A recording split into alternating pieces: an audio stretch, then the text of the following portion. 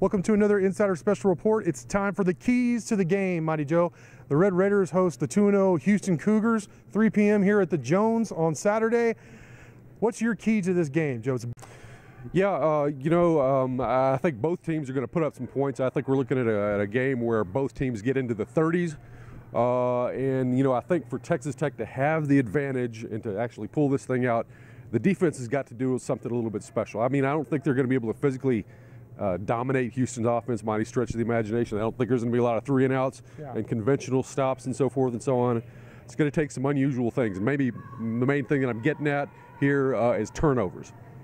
Tech's defense has got to generate some turnovers. You don't get 2 turnovers in this game, you're not winning. I think you got to have 2 minimum, 3 to be certain. And I'm a little bit concerned because against Ole Miss, they only generated 1. We can throw Lamar out, I think it's safe to say. So the defense has got to get back on track in terms of generating turnovers. 2 minimum, 3 maximum.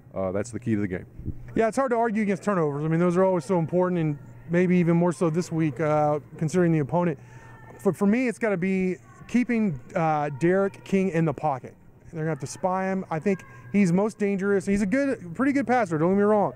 He threw for 4 touchdown passes last week, but at the same time, I think if he breaks down your defense by getting out of the pocket and running, kind of moving the chains when you've done everything else correctly on defense, then I think it could really create some havoc. I think it really break down Tech's defense. I mean, we saw that against South Florida really late, where they were able to make that run with a dual threat quarterback who I think scored 3 touchdowns in the 4th quarter. So I think that is essential, that you keep him in the pocket and keep him one-dimensional as a pocket passer. I think he'll still give up some points, but like you said, at one point, Mighty Joe, Tech might be able to outscore him if you can keep him one-dimensional there. So that's my key to the game. I think it's going to be a close one. I do agree it's going to be a high-scoring game, but it's going to be entertaining, I think, no matter what. So great stuff from you, Mighty Joe, as always. Thank y'all for watching, and until next time.